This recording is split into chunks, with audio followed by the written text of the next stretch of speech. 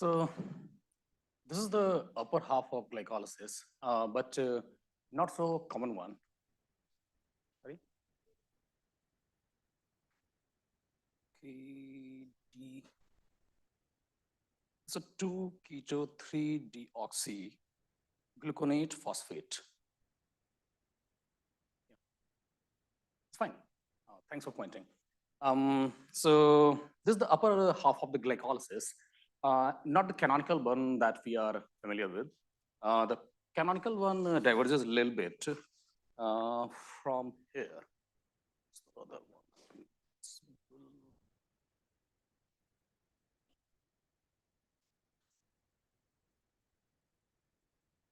So you still have this glucose getting phosphorylated because that's how you retain glucose in the cell. Now from here, in the canonical one, you have this getting isomerized to fructose 6-phosphate.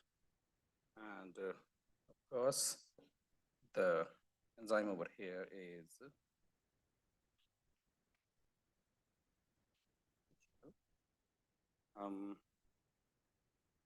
this then get another phosphate moiety and gets converted to choose 1,6 bisphosphate. And we are missing the ATP cost that I should bring. There is one ATP getting consumed here. Of course, similarly, one ATP will get consumed over here.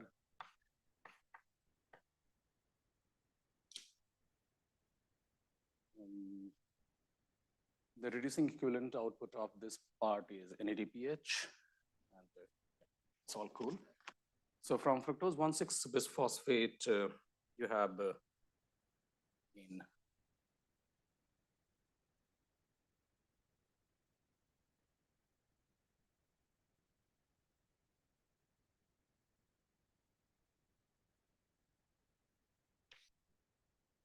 dihydroxyacetone.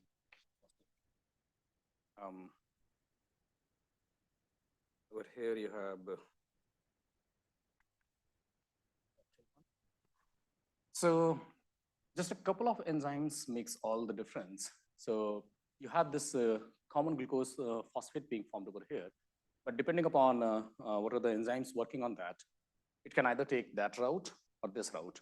This is a route that is mostly presented in textbook, and in fact, I'll show you examples from a couple of very famous biochemistry textbook. Before that, now let's start looking into the cost and benefit of these pathways. So as mentioned, this is the upper glycolysis.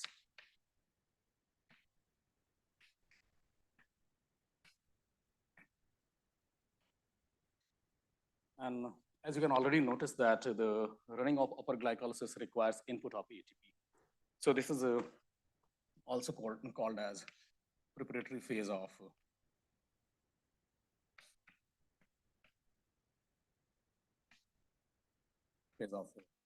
glycolysis. So that's that, and I don't. There was some line which I was not supposed to cross. Here, okay. So I still have space here. So this DHAP can get converted to this by simple isomerization reaction again, and this is done by this enzyme. That's all. One metabolite that I would like to encircle over here is that, because this is going to make a lot of difference between the two modes of operation of upper glycolysis. And this guy over here is common to both. Now, you have that glyceraldehyde 3-phosphate formed over here.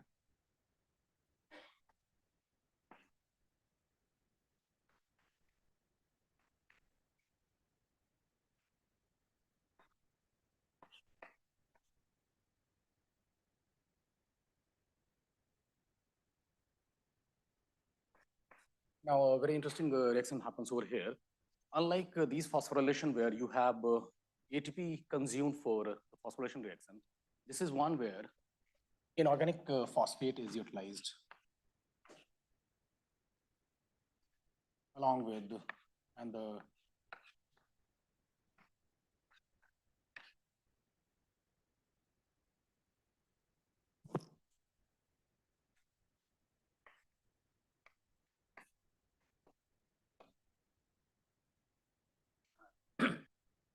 what you get over here, of course, is 2-phosphate getting the, so this is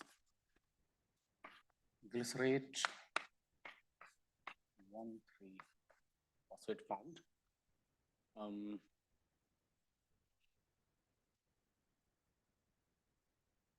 The enzyme involved here is one very famous enzyme, GAPDH.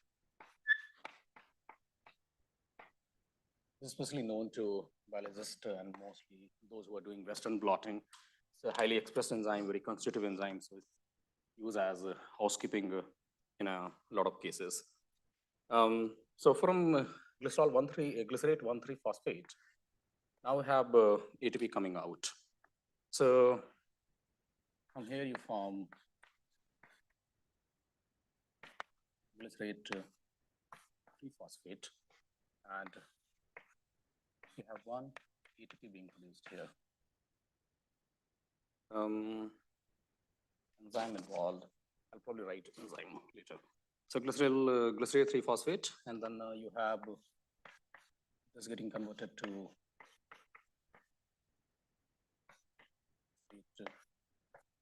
2-phosphate.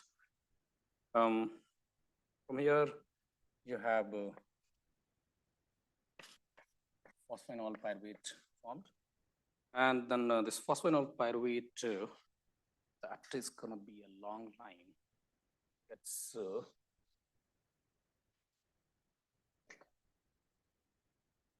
converted to pyruvate. Now, this phosphoenol pyruvate to pyruvate conversion, there's another place where you have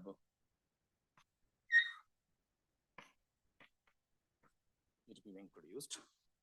And the places where I haven't listed the name of the enzymes are pH, this kinase over here. Then you have mutase here.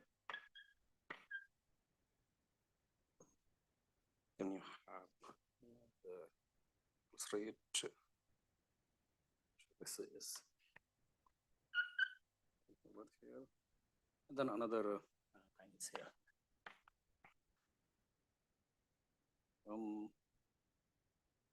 Yeah, I guess more or less I have covered everything. Anything missing, Stuti? Okay, all good. So that's that.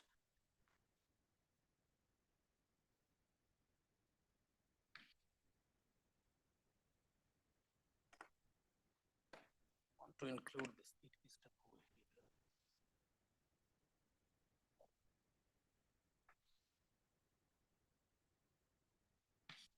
This is the lower like,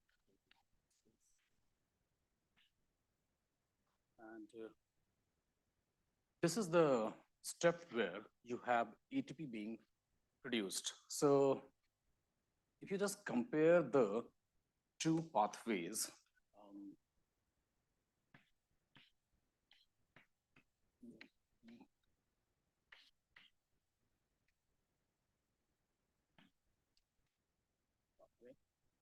and the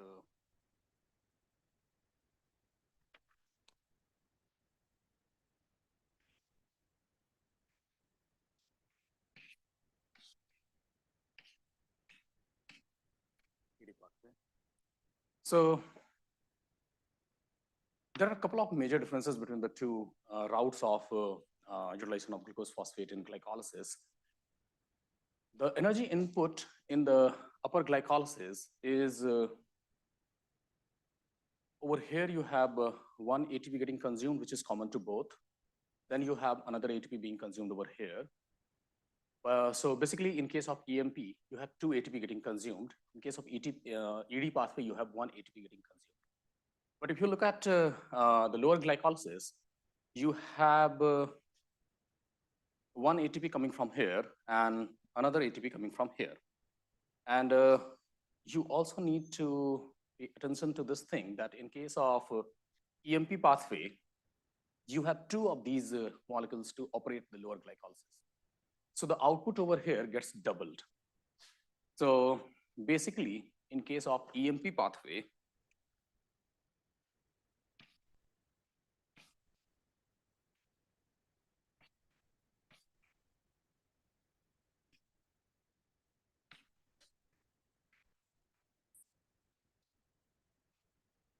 the net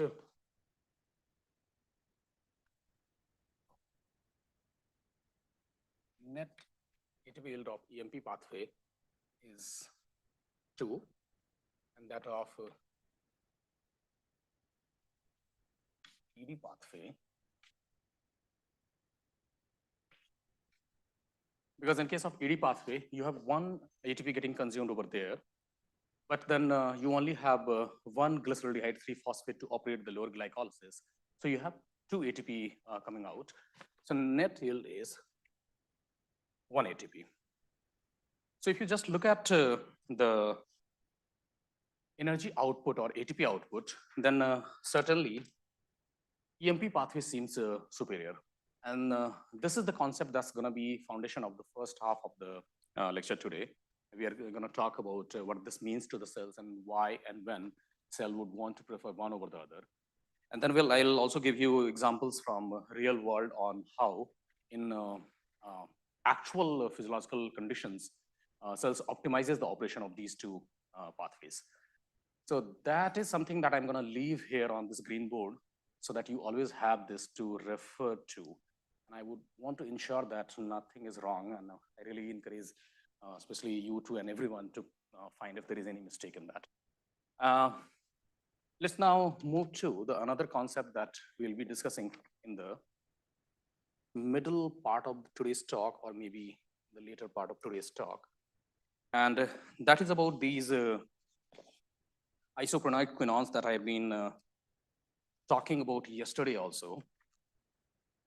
And what they do is, I think by now I have made electron transport system a little bit clear to you. So we have various enzyme complexes over there. Just for the simplicity, I am today not going to talk about the smaller one, because today this dehydrases and oxidases are not going to be the centerpiece of the discussion. What comes in between is going to be the important one. So you have complex 1.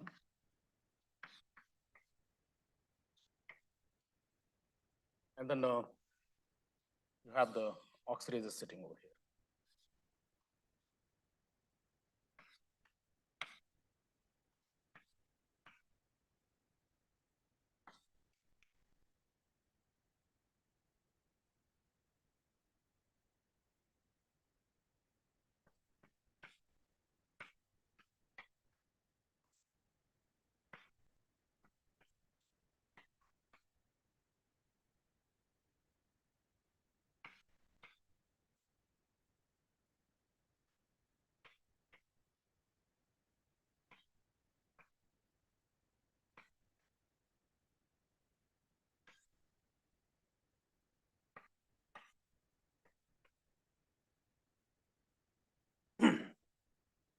So you have electron coming into the electron transport system from NADH, and the fate of electron in aerobic electron transport system is to get finally deposited to oxygen. But the electron that flows from complex 1 or other dehydrogenases to cytochrome oxidases, they have to flow through some mobile carriers. And these mobile carriers are what I have been referring to since yesterday as isoprenoid quinones.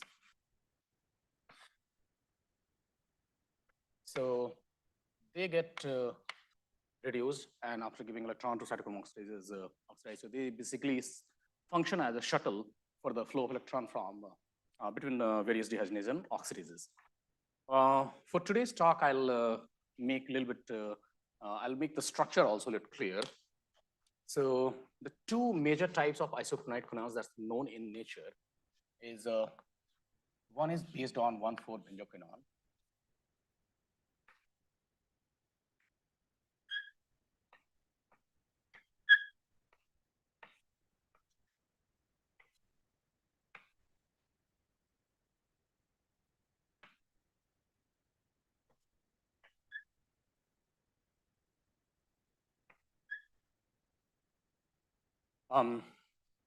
This is ubiquinone.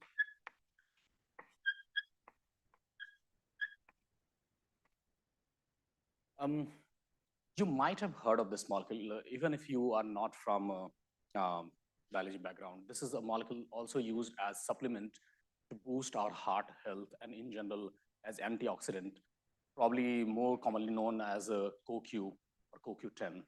So this is that molecule. And another molecule that is involved in this electron shuttling is based on nepthoquinone.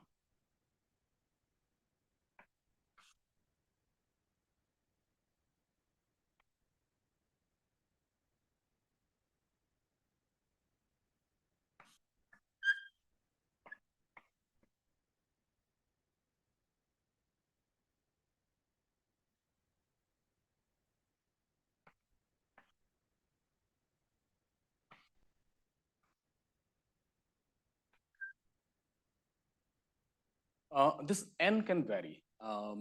In majority of the cases, this N is about 8 to 10. And that actually gives the name of those species like I told you, CoQ10, which we generally take as a supplement to boost our energy metabolism, our cardiac health and all. But again, the number can vary. Within different bacterial species, this number actually vary. So this one is as a group named as nepthoquinone.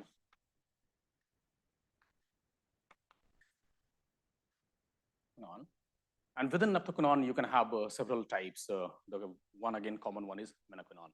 But I'm gonna use this group's name over here because the two have similar reduction potential and their behavior is similar with some fine differences. So that is probably the introduction that will serve us well. And this and that. Another thing that I wanted to talk as a primer is, and that's something we have discussed yesterday in the lecture also, and Stuti discussed that in the evening during the TL session also, about different locations from where ATP can be supplied. So you have two primary locations or two primary mode of ATP generation. One is oxidative phosphorylation, that's dependent on your electron transport system. And then you have substrate level phosphorylation that is primarily based on your glycolysis or fermentative pathway. So I think with these couple of things, we should be good to continue with our planned lecture for today.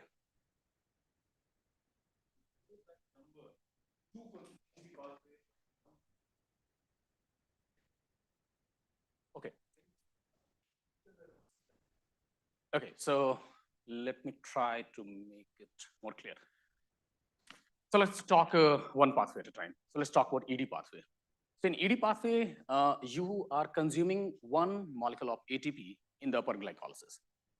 And in the lower glycolysis is actually common to both of them.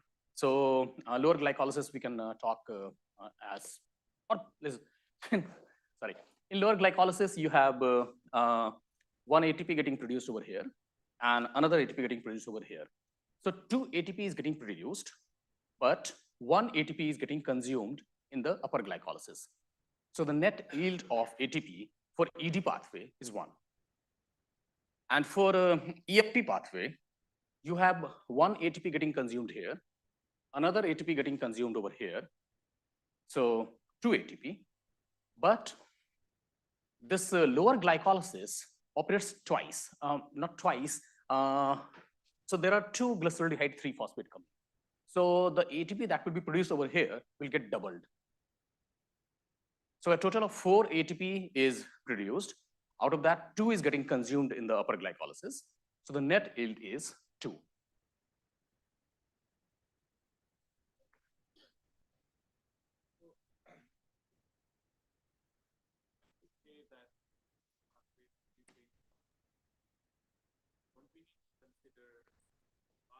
Yeah, of course. That will be the topic and content of the discussion today.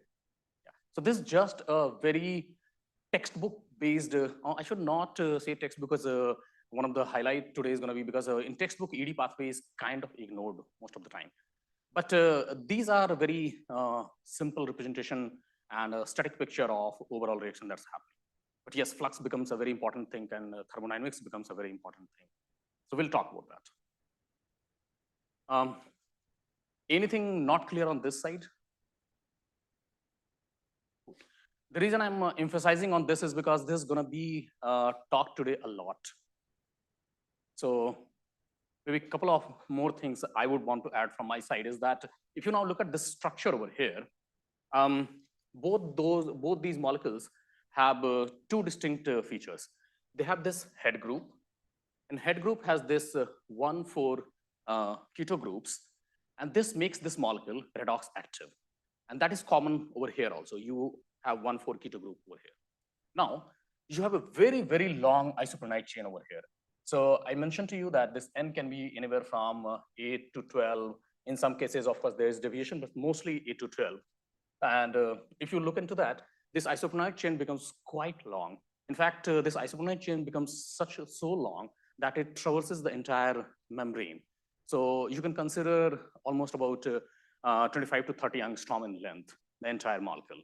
And that's another thing that I was admiring in yesterday's animation by Drew Berry that I showed, because that animation is one of the rare animation where these molecules have been shown in a vertical position on the membrane, traversing from one end of the membrane to the other end. So so now the advantage of this head and tail is that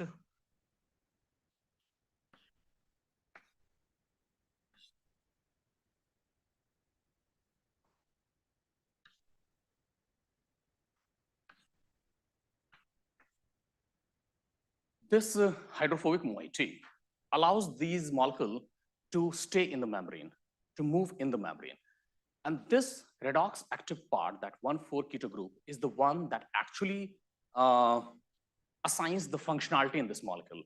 Because these molecules are required to shuttle electron. They are required to take electron from one place and donate it to the other place.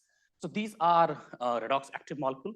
They can get reduced, they can get oxidized back, and that's how they enable this flow of electron from one enzyme complex to another enzyme complex. So yeah, that should be enough.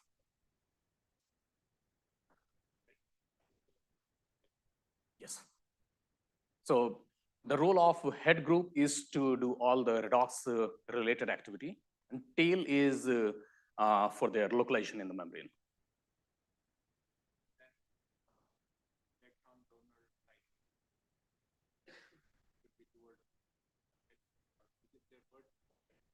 So I don't plan to run that animation again, but the way those molecules are actually embedded in the membrane is something like this. And if you remember from my yesterday's fine detail of complex 1, there are a couple of modules in here. So this is the NADH oxidizing module. This is the proton translocating module. And in between, you have the quinone reducing module. And these quinone molecules actually stay closer to this.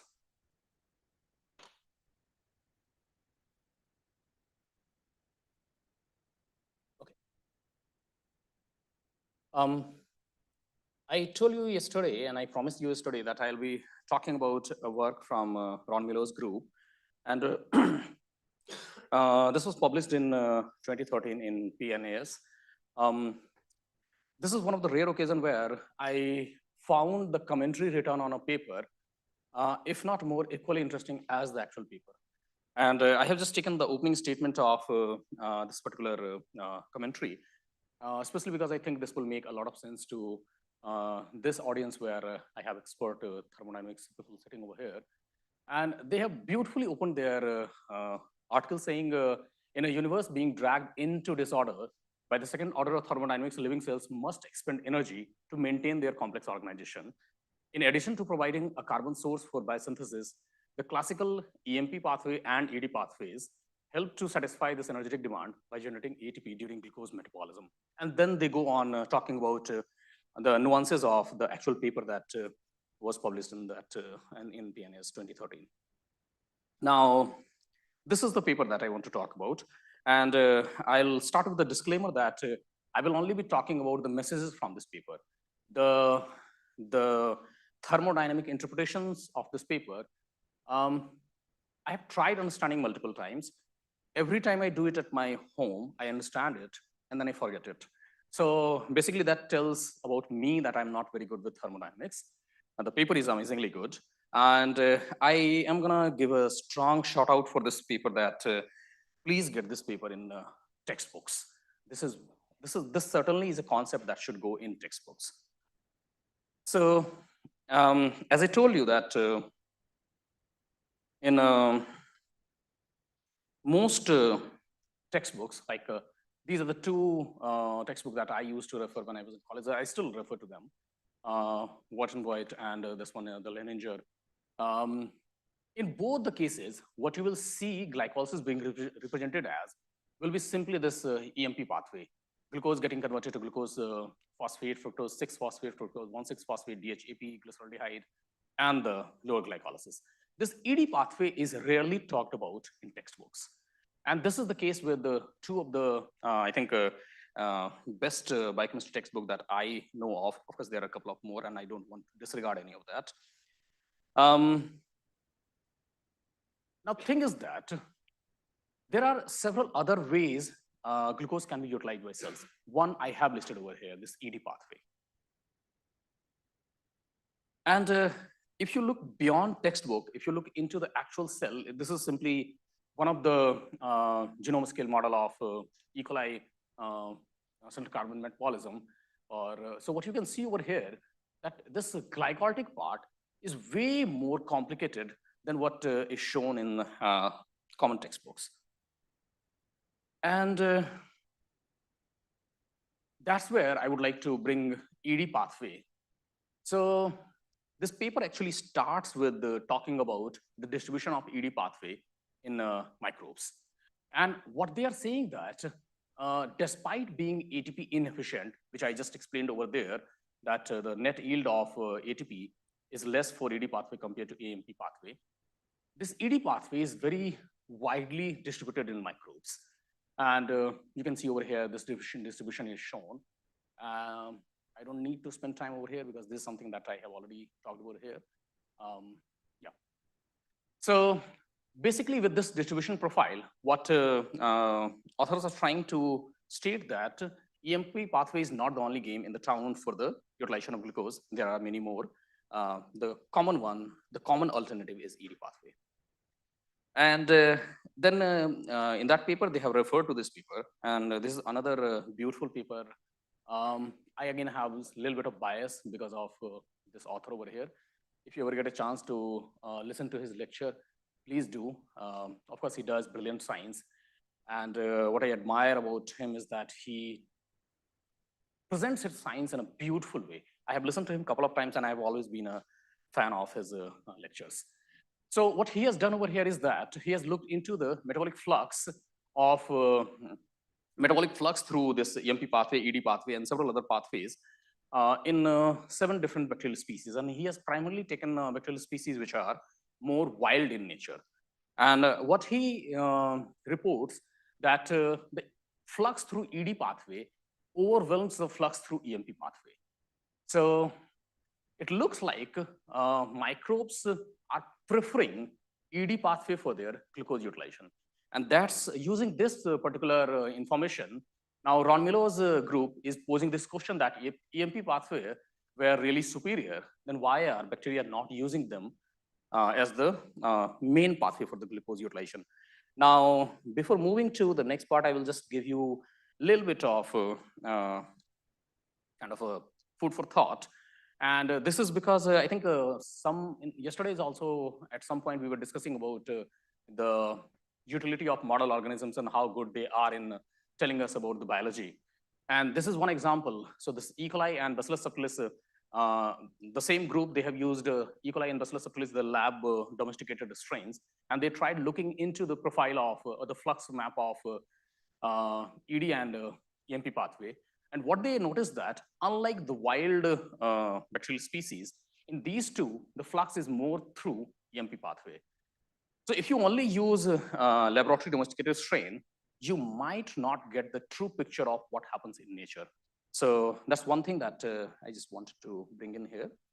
Now, coming back to ED pathway and EMP pathway and why ED pathway is utilized over EMP pathway by some of those microbes, or if not all. I am writing this over here that I think in this particular school, there are a scope for lots of unstructured discussion. So if some of you are good with looking into the kinetics and thermodynamics, which I know some of you are, so I have the printout of this paper. Please take it from me. And if you can, please discuss that, the actual calculations and how they have come up their conclusions. So what they are trying to say over here, and the concept that they begin with is that in the case of EMP pathway, what is happening is that you have higher ATP yield. So the energy content of this pathway from glucose to pyruvate is getting conserved more. Whereas in case of ED pathway, you only have one ATP being produced. So the energy equivalence of other ATP is getting dissipated. And they argue that the energy that is dissipated, that somehow favors the thermodynamics of ED pathway. Then they have said that, based on their calculation, that EMP pathway is much more thermodynamically. Yes, I have please. a couple of questions. I got lost in the. So when you showed it before E. coli and Bacillus subtilis, maybe forgive my ignorance, but are they representative of these two different pathways, or? Sorry? Are E. coli and Bacillus subtilis? They have both these pathways. Each of them has both these pathways? Yes. Okay.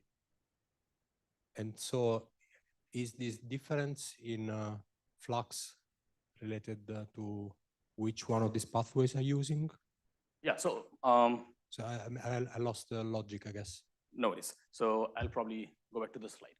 So what they have done is that they have taken several of wild species of bacteria that have not been laboratory domesticated, and they have looked into the metabolic flux through central carbon metabolism.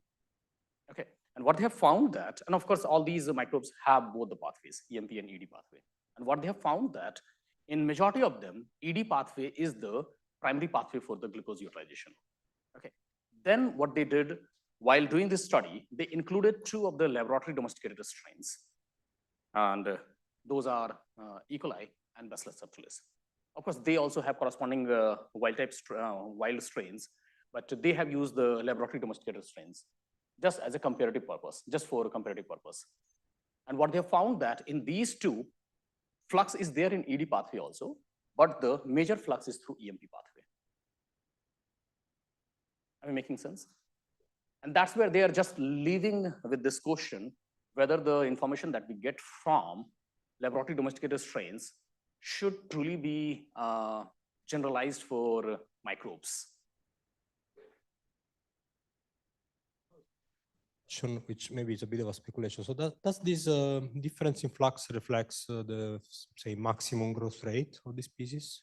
Because bacteria have a, if you take growth rate as a proxy for fitness, which I don't know if it's legitimate or not, then we find in nature that bacteria have a vast range of growth rates, and they can happily coexist. So it's not like the fastest one.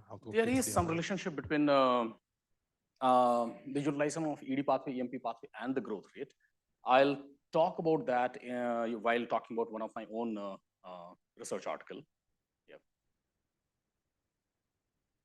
But just to clarify a little bit, in this case, they have not factored in the growth rate. They have taken the species and they have gone to their capacity and looked at the metabolic flux. That's all. they have not tried linking growth rate and the preferred pathway. Are these all the metabolites in the intermediates, or are there some which are escaping? Because I was wondering that the difference may also be because of the high energy intermediates that may be escaping from this pathway. I didn't get it.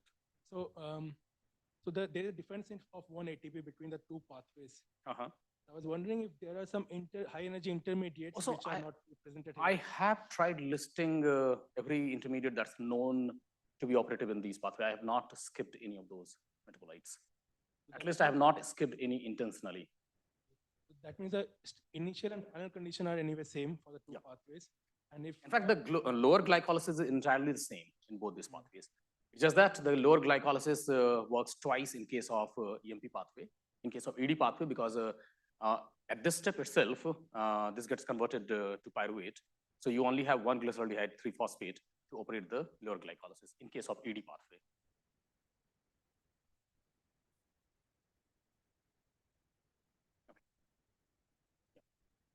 So based on their calculations, what they're saying is that EMP pathway is more thermodynamically constrained.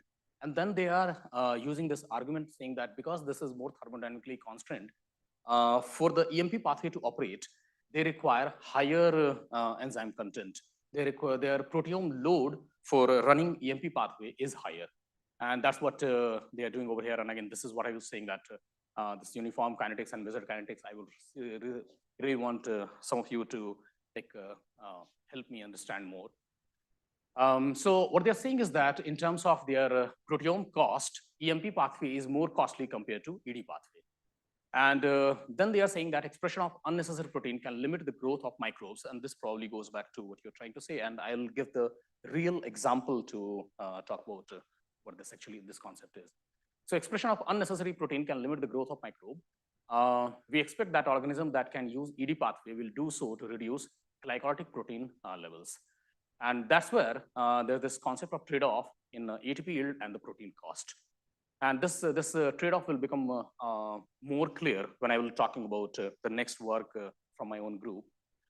So basically what they are saying is that the organisms have to make a choice between utilization of EMP pathway and ED pathway, depending upon whether they are in the dire need of ATP or there is some other place from where they can get the ATP and they simply want to run the glycolysis in a more efficient manner. This is, of course, based on their thermodynamic and kinetic calculations, but then they have tried validating it by looking at lots of different microbes, which are aerobic, anaerobic, and fermentative in nature. And I find this sort of validation quite interesting because, as mentioned, these anaerobes will primarily depend on glycolysis and fermentative pathways for their ATP yield. So they would want to use more and more of EMP pathway because they want ATP coming out from there. Compared to that,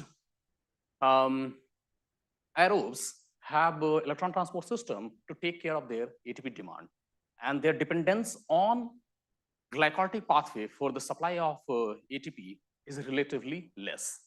So in that case, the distribution of EMP pathway is quite less compared to the anaerobes. So this is how they are trying to distinguish between EMP pathway and ED pathway. So basically the take-home message is the trade-off between the ATP yield and the proteome cost that it brings in along with it. Yes.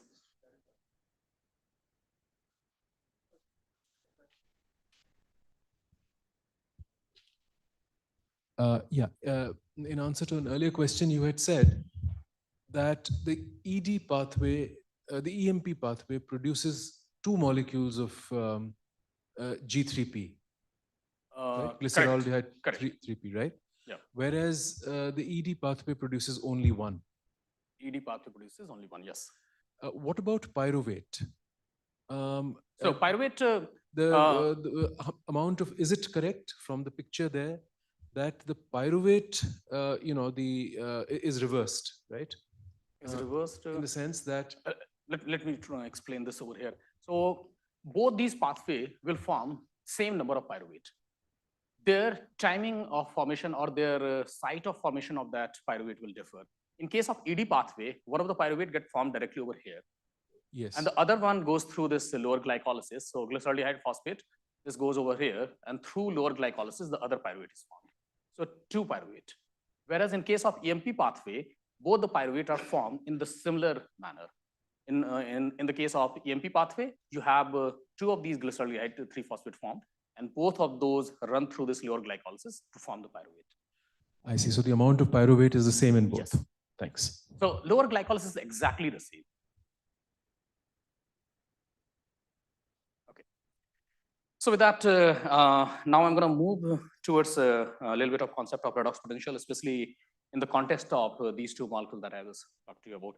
And this is a very, very interesting concept. And I'm going to give 2 cases to talk about what sort of redox potential optimization electron transport chain does in order to adapt to given environment. This is a very interesting story. The story is about the transformation of Earth from anoxic to oxic. And I was looking at one of the Sanjay's lecture on YouTube, and you beautifully talk about this concept of this geochemical transformation on Earth.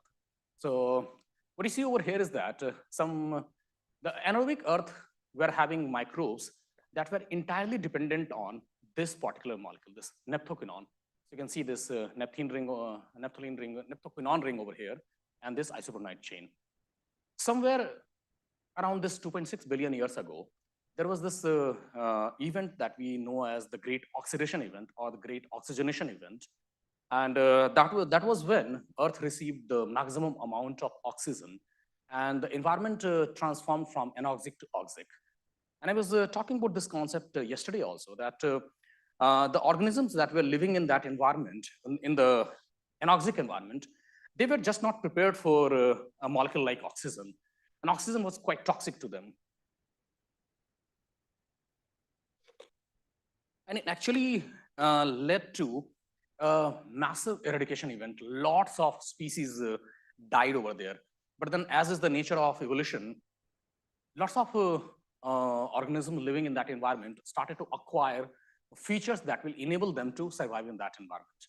One of the features I talked yesterday, that was the emergence of the cytochrome oxidases that was primarily in response to mitigating the oxygen toxicity. Another one, which is very, very nicely overlapping with this great oxidation event, is the emergence of a newer redox active molecule, that is ubiquinone. So this one over here, that has benzoquinone ring. And now if you look at the modern environment, modern Earth, we have all sorts of microbial species. There are some that are still using the primitive one. Then there are some that have biosynthetic ability for both the quinone types, naphthoquinone and ubiquinone. And then there are few that are probably more advanced, and they only have this high reduction potential quinone, that is ubiquinone found. Now, what is very interesting over there is that what is known for this species, in fact, one of the common bacterial species that we know, Escherichia coli, E. coli, that have biosynthetic ability for both these quinone types. And depending upon the environment they are in, they change the abundance or relative abundance of these molecules. This one is more utilized in aerobic environment, and naphthoquinone is more utilized in microaerobic or anaerobic environment. Now, the paradox over here that exists is that given these are facultative ones, because they have the ability to biosynthesize both of these quinone types, and depending upon what environment they are in, they are preferring to use one over the other. You have these ones, which are obligate naphthoquinone utilizer. And if I give an example of a couple of bacterial species that uses this, the common one are Mycobacterium tuberculosis, the dreaded pathogen, Staphylococcus aureus, another dreaded pathogen. They only have naphthoquinone. They cannot synthesize ubiquinone, but they live happily in aerobic condition. So this was a paradox that we wanted to resolve, that why there is a bacteria that is happily living in aerobic condition with naphthoquinone, whereas the microbes that have biosynthetic ability for both the quinone types, they go on changing the abundance of one quinone species over the other, depending upon whether they are in aerobic environment or microaerobic or anaerobic environment. So, yeah. There's nothing about molecule have to not allow them to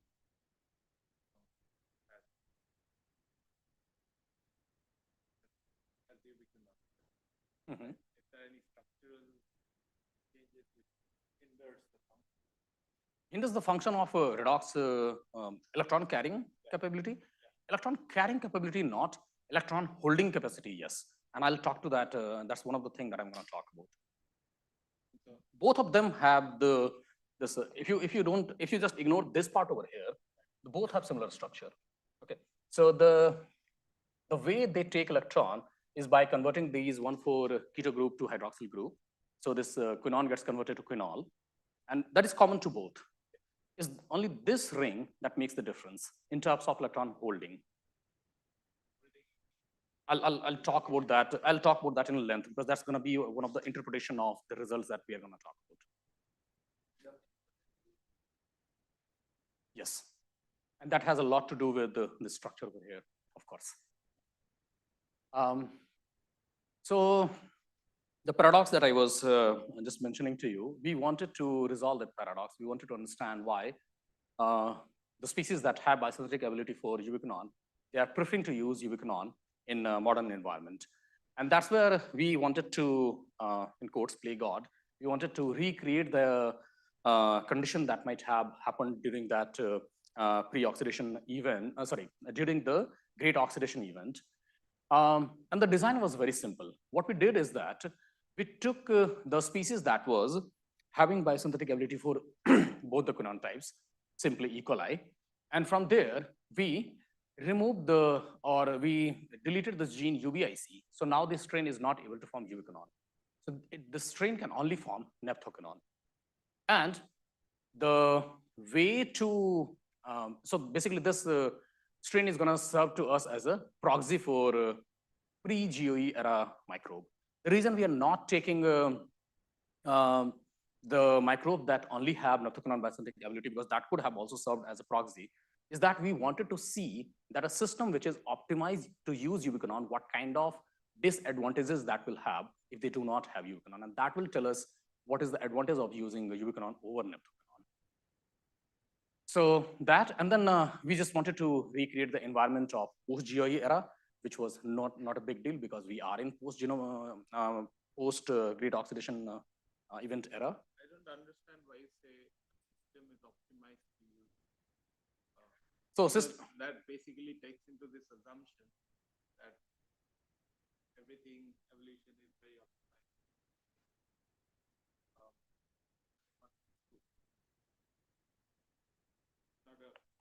So the concept that I am trying to bring in over here is that there is this bacterial species E. coli, which can synthesize both these quinone types.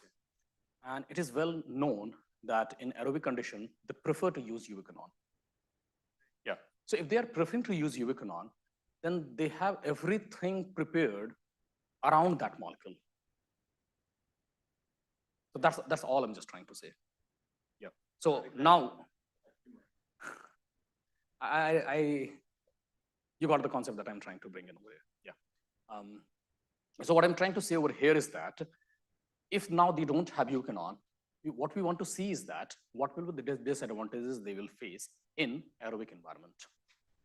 So we recreated the situation and then we evolved this strain again by using the adaptive laboratory approach that we discussed yesterday with a couple of examples. I think this is one that I was talking to you yesterday during lunch also. So, and I promised yesterday that I'll be showing wild type evolution profile also. So this is one evolution trajectory that you see. On the x-axis, you have a number of generations. So basically number of generations to which these microbes have been evolved. And on the y-axis is again the phenotype that we are interested in. So in this case, it's the growth rate. This black line is for the wild type. So what you can see is that they start with certain growth rate and then they improve their growth rate to about 0.9598 per hour. Whereas the one where we have deleted this gene UBIC that does not have ubiquinone biosynthetic ability, they improve their growth rate to a certain level. But after that, the growth rate just flattened. And this was one of the rare example where we were not able to increase the growth rate of the strain to the wild type level. And we were very, very hopeful that at some point we will be able to find that additional beneficial mutation that will allow them to go back to wild type level. And that's the reason why, despite seeing the phenotypic improvement happening just at about 150 or 200 generations, we continued this evolution for about 900 generations. But then there was no further improvement. And then we had to kind of accept it that this is going to be the maximum growth capacity of this strain. And then we started understanding what is happening around it.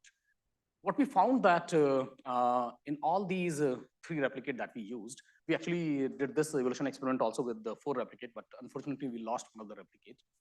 So all 3 replicates have this mutation in a gene called PDHR. Now, although the interpretation of this mutation is not very meaningful for the today's lecture, but just for the sake of context, this PDHR is a regulator.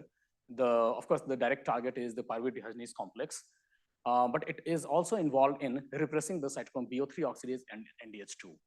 So, and again, in this case, one of the mutation over here that you see is a loss of function mutation because a premature termination codon is coming in.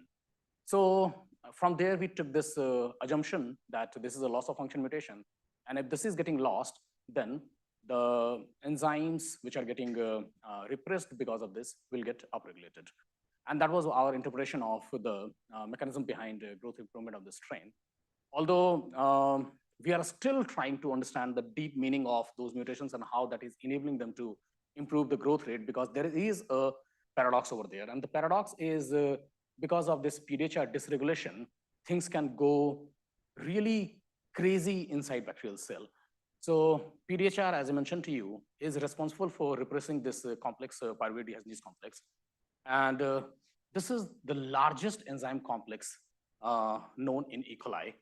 And there are only, I think, countable number of copies of this complex present in E. coli.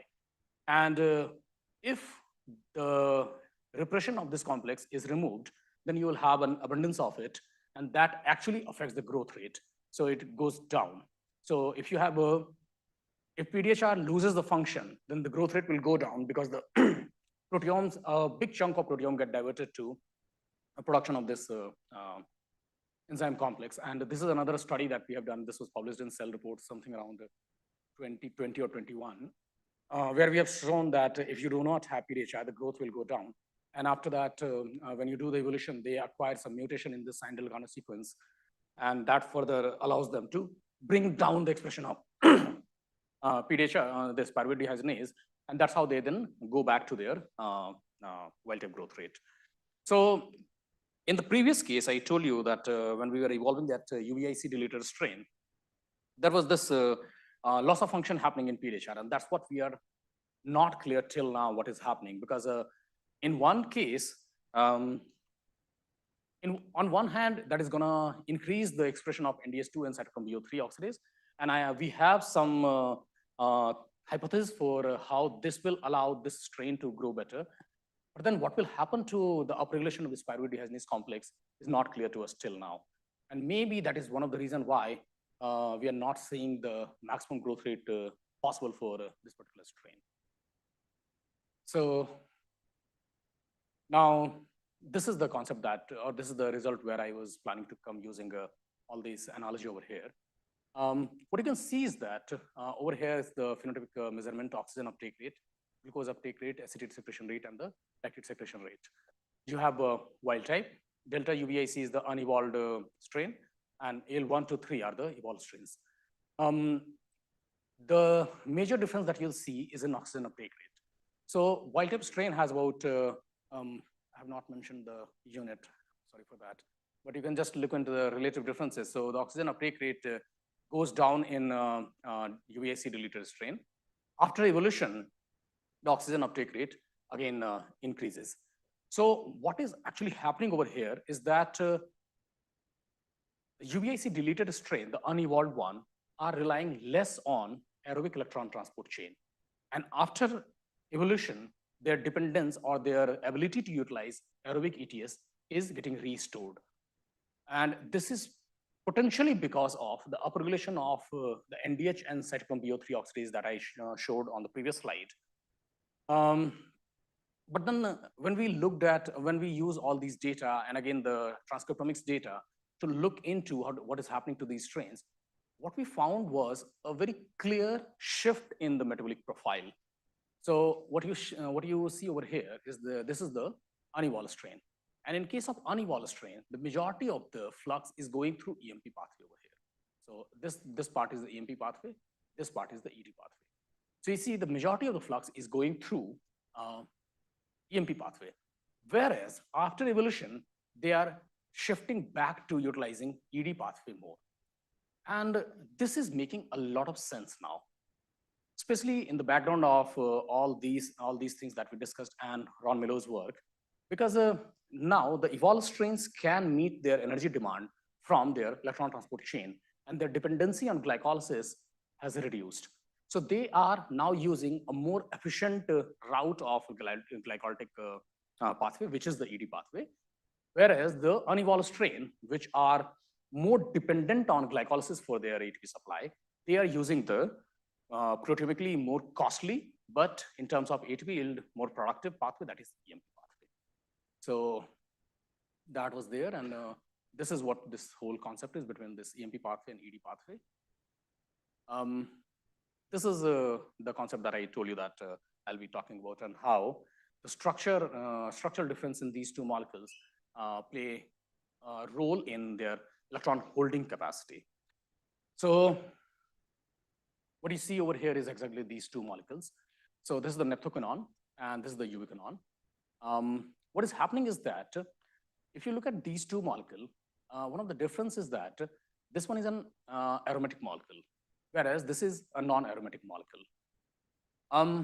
When this molecule gets reduced, what you see over here is that in this oxidized molecule, only this ring is aromatic.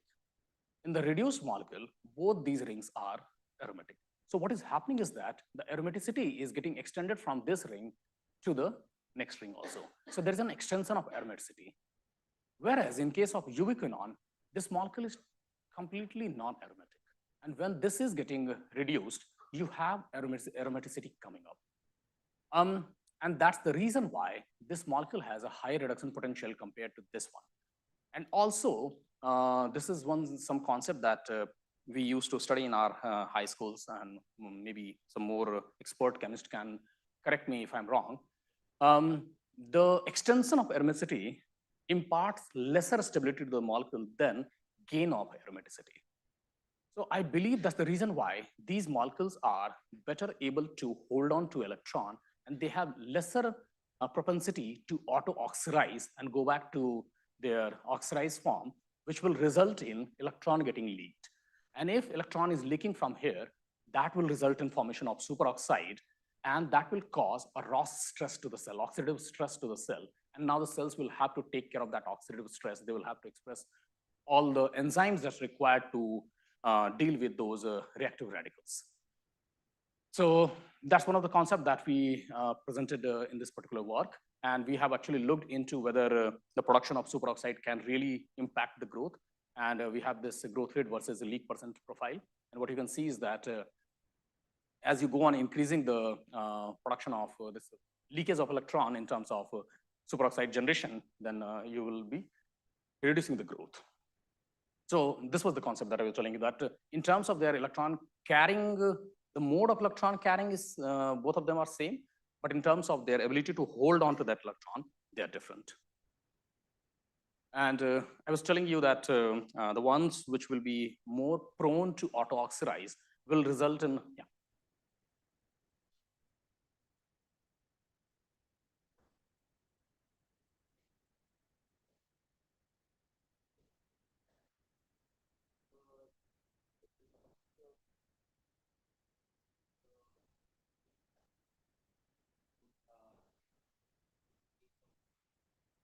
Yes, it will. Yeah. So reduction potential is dependent on the environment. So it will, yes.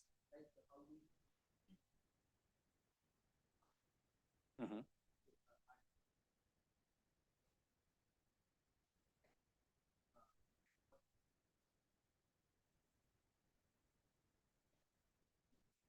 I didn't get the analogy between RNA, DNA.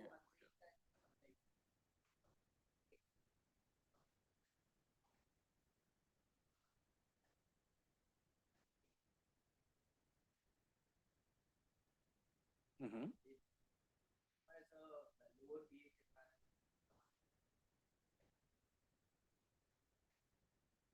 Okay.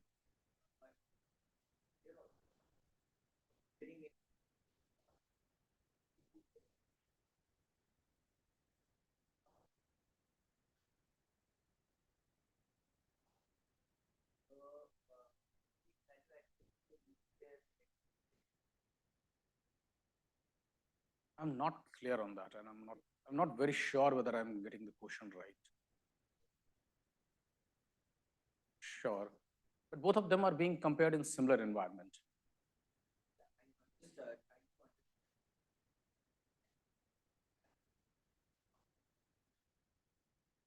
Are you saying can we use a different pH to bring the two to the similar reduction potential?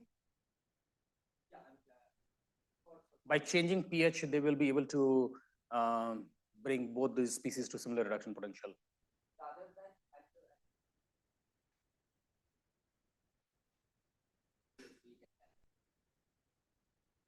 So reduction potential for these molecules are calculated. We know the reduction potential of these molecules. Are you talking about cellular response to that? Whether cell will try to change their cytosolic environment or membrane environment to deal with the changes in the redox potential?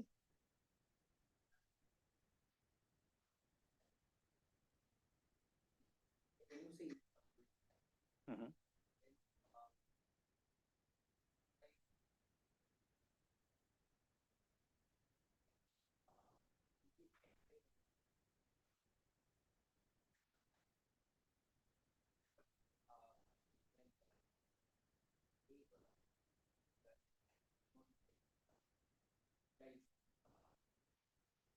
So that's known. That's known.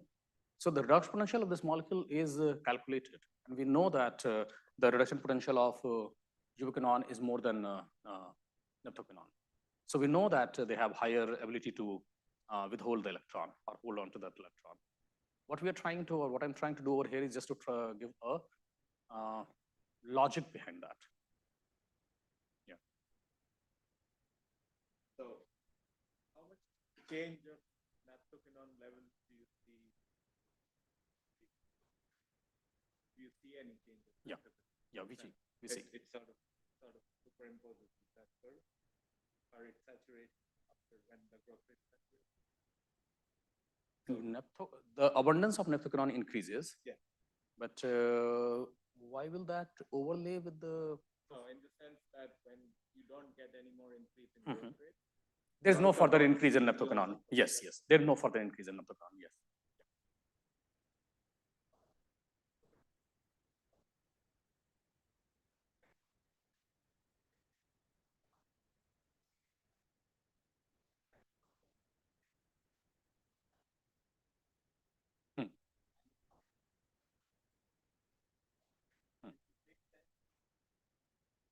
Yeah.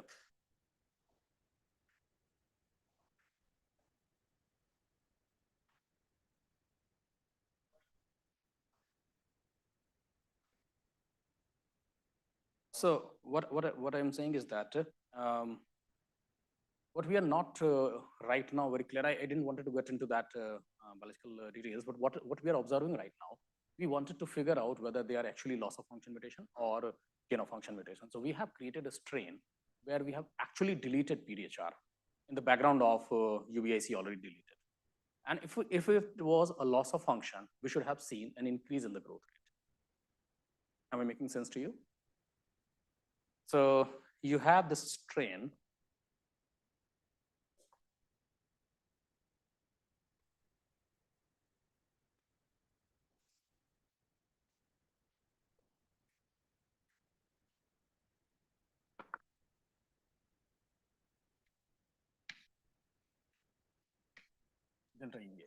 Right? And this strain has a lower growth rate compared to wild type, right? And after evolution, they have acquired mutation in this gene, PDHR. Okay. And one of the mutation was bringing in premature termination codon. So from there, we thought it may be loss of function mutation. So one of the way to validate whether it's a loss of function mutation or not is to create deletion of that gene. So what we have done is that we have generated this trend delta UBIC delta EDHR. Okay. Now, if this is loss of function mutation, then this strain should have shown a higher growth rate compared to this. Am I making sense to you?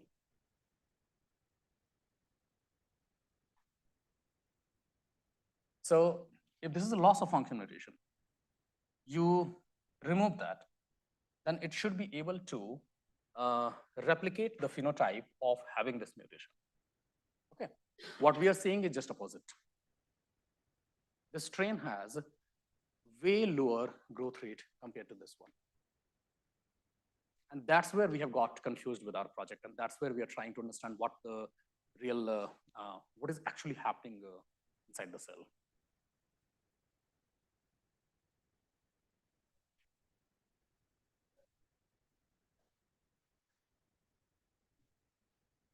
One of them, yes.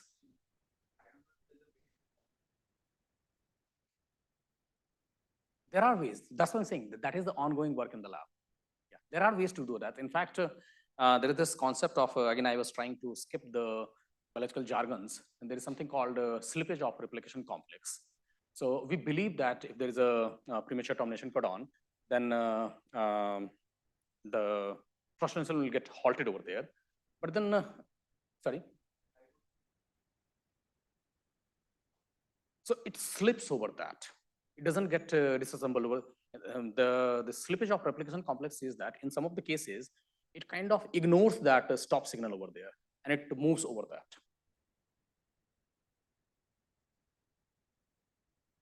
Yeah.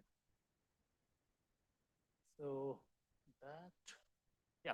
So what I'm saying is that the molecule, this molecule, neptoquinone, if the cells are using this molecule, they are more prone to get exposed to reactive oxygen species, the oxidative stress. And in that case, they will have to upregulate certain genes and enzymes which are responsible for mitigating that reactive radical. And that's what we are exactly seeing. What we see over here, these are some enzymes, superoxide dismutases, catalases, alkyl hydroxyperoxidases, and these are the ones which are responsible for mitigating that reactive radicals. And some very interesting thing over here is that, sorry, I'm not being able to ignore the biology over here. So we have these, E. coli has 3 of these superoxide dismutases, SORT-C, B, and A. And interestingly, what you will see over here is that in case of SORT-B and SORT-C, there's no upregulation. In fact, SORT-B is getting downregulated. But SORT-C is showing a clear upregulation in all the evolved strain. And now what is interesting about SORT-C is that it is the only periplasmic superoxide dismutase. And that's the site where these molecules are operating. So cells are very nicely, very carefully picking what are the enzyme and what is the cytosolic location of that enzyme that they should prefer to deal with the toxicity which is coming because of the utilization of neptoquinone. So that's that. So this is actually sort of a validation that what we are talking about, the bottleneck of utilizing neptoquinone is their propensity to cause oxidative stress.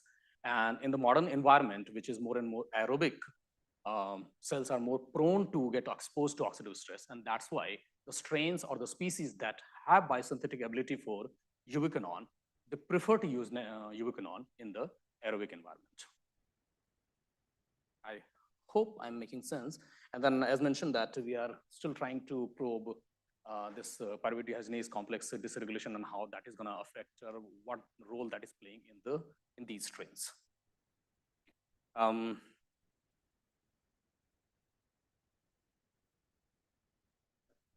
I was thinking so. Yeah. Okay. Can we go back a few slides? I'll ask my question. Yes, this slide. Yes, that's it.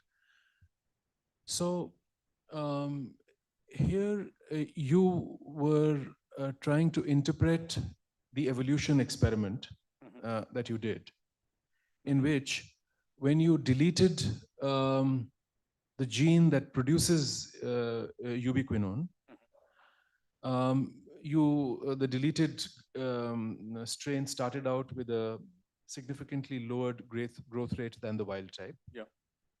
But then after 100 to 150 generations, its growth rate increased. Yeah.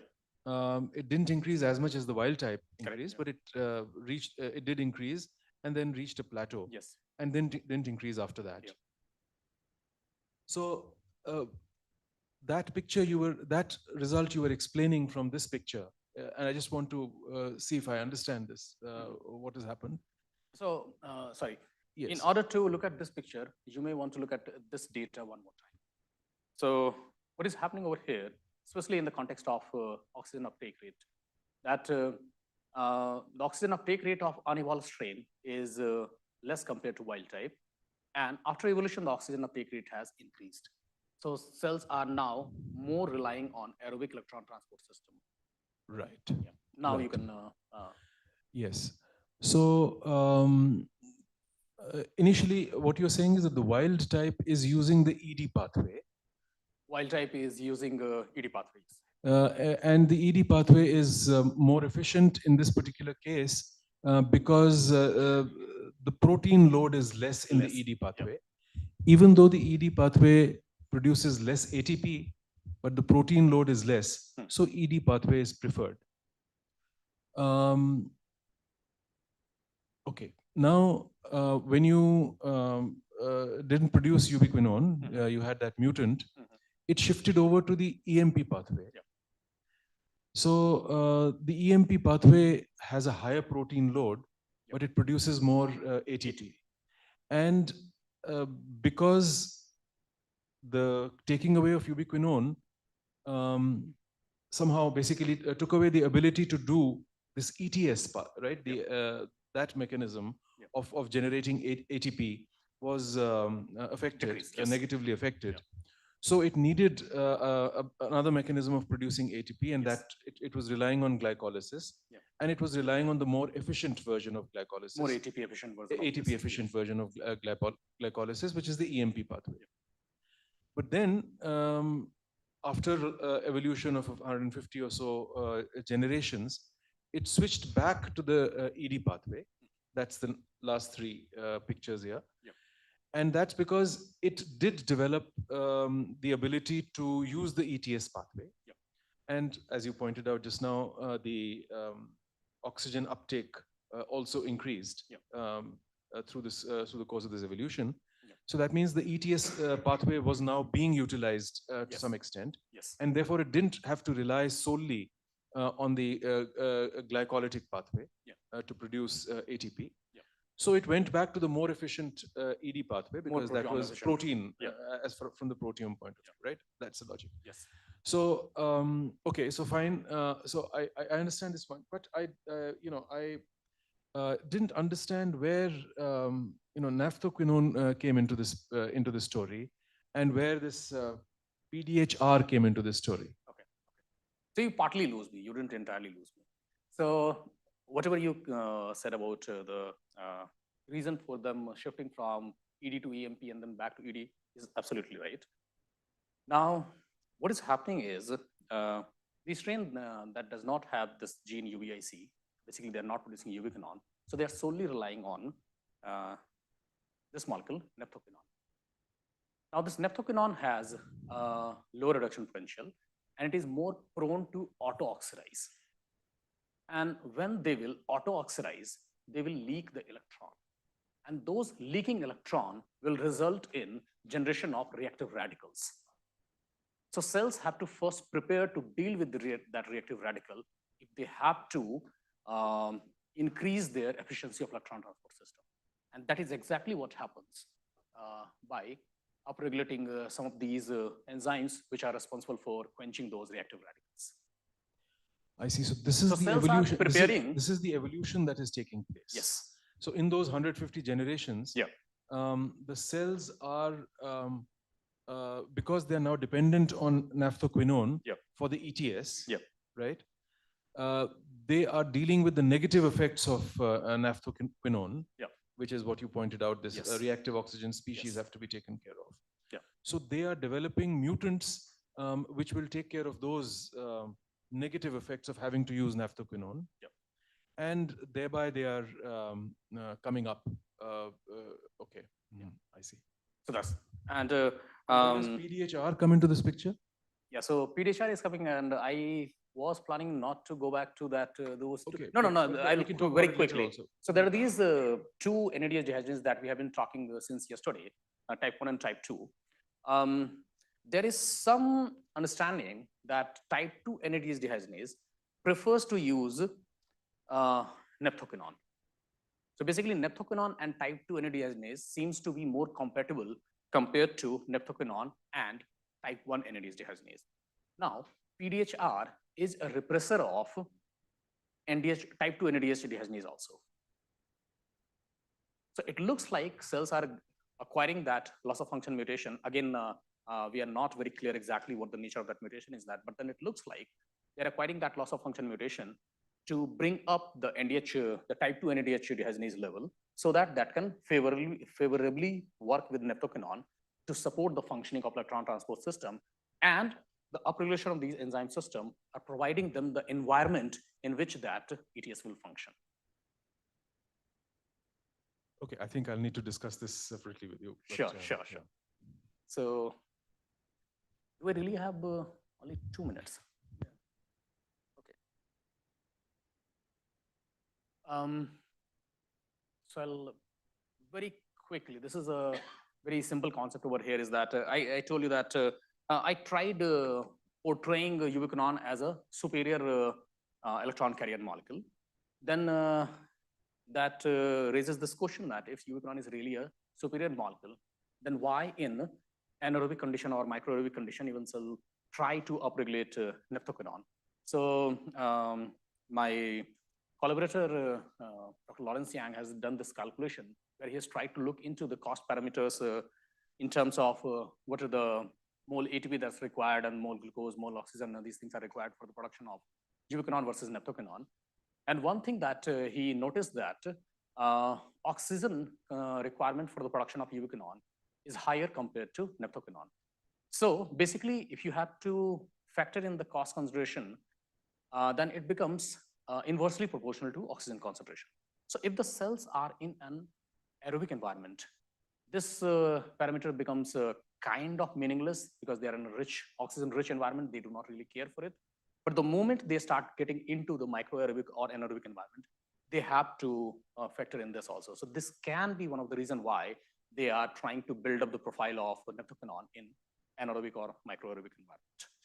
But then this has to be taken with a pinch of salt because there is no experimental validation for this. So that I don't think I will be able to make through it in 1 minute. This is where my entire adventure of cellular bioenergetics started. We were trying to look into the role of these polyketide quinones into the in the cellular physiology. Maybe is there are lots of concepts. I will not be able to make through it.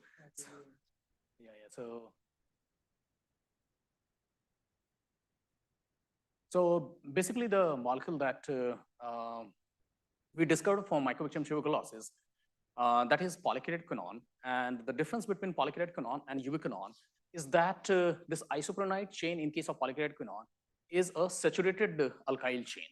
Instead of these isoprenoid chain, the ring is similar. That also has this 1,4 keto group, and that's also a redox active molecule. And we were trying to find the role of that molecule. And we found that that molecule is also involved in mycobacterium tuberculosis is one bacteria that does not produce this ubiquinone. So our study is in a way indicating that that bacteria not being able to produce ubiquinone is using this enzyme called polyketide synthase to produce a redox active molecule that supports their respiration when they are in environment where they have to deal with the reactive oxygen species. So this is my last message for you, that biochemistry and structural biology has really done all the magic till now in the field of bioenergetics. But I think the future is quantitative systems biology, and we have to take this further if we have to now get the benefits out of the understanding of bioenergetics. Especially probably tomorrow, Stuti will be talking about, she'll be mostly talking about what the value is in bioenergetics how that actually affects us, how it is very important for us to understand bioenergetics. And if we really have to reap that benefit, we have to put in more effort, and that effort should now come from systems biology. So these are some of the articles that I discussed from yesterday till today. I can share this with any of you interested in it. Yeah, that. Thanks so much. And if there is any other question, I'll be happy to. Thank you, Amitesh. If there is one or two quick questions, we can.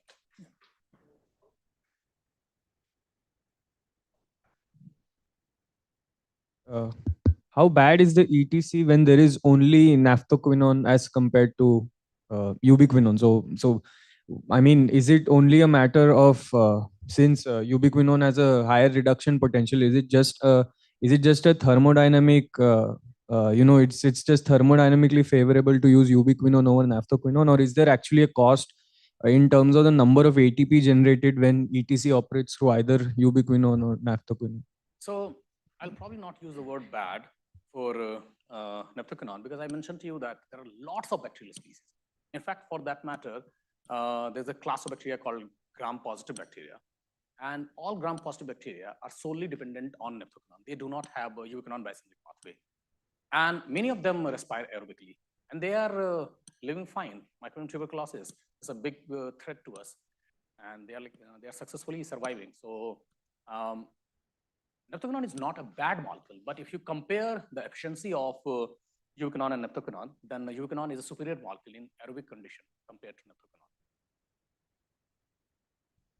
Does it generate more ATP per round of ETS? No. ETC?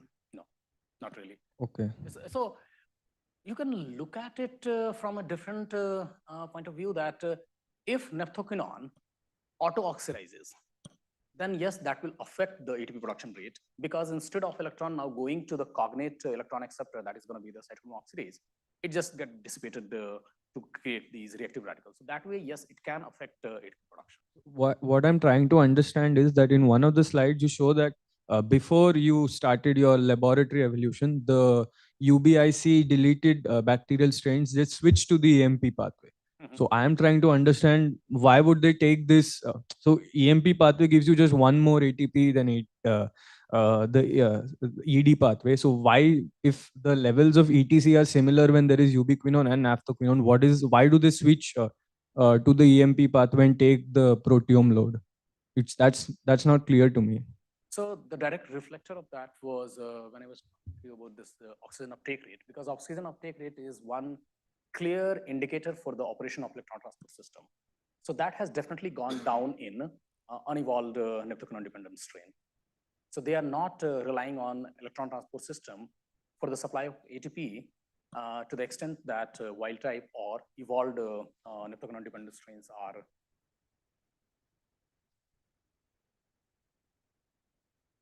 I suggest that we take further discussions of the coffee break. Thank you, Amitesh. Thank you so much. Thank you. We reconvene at 11:30 for the next lecture.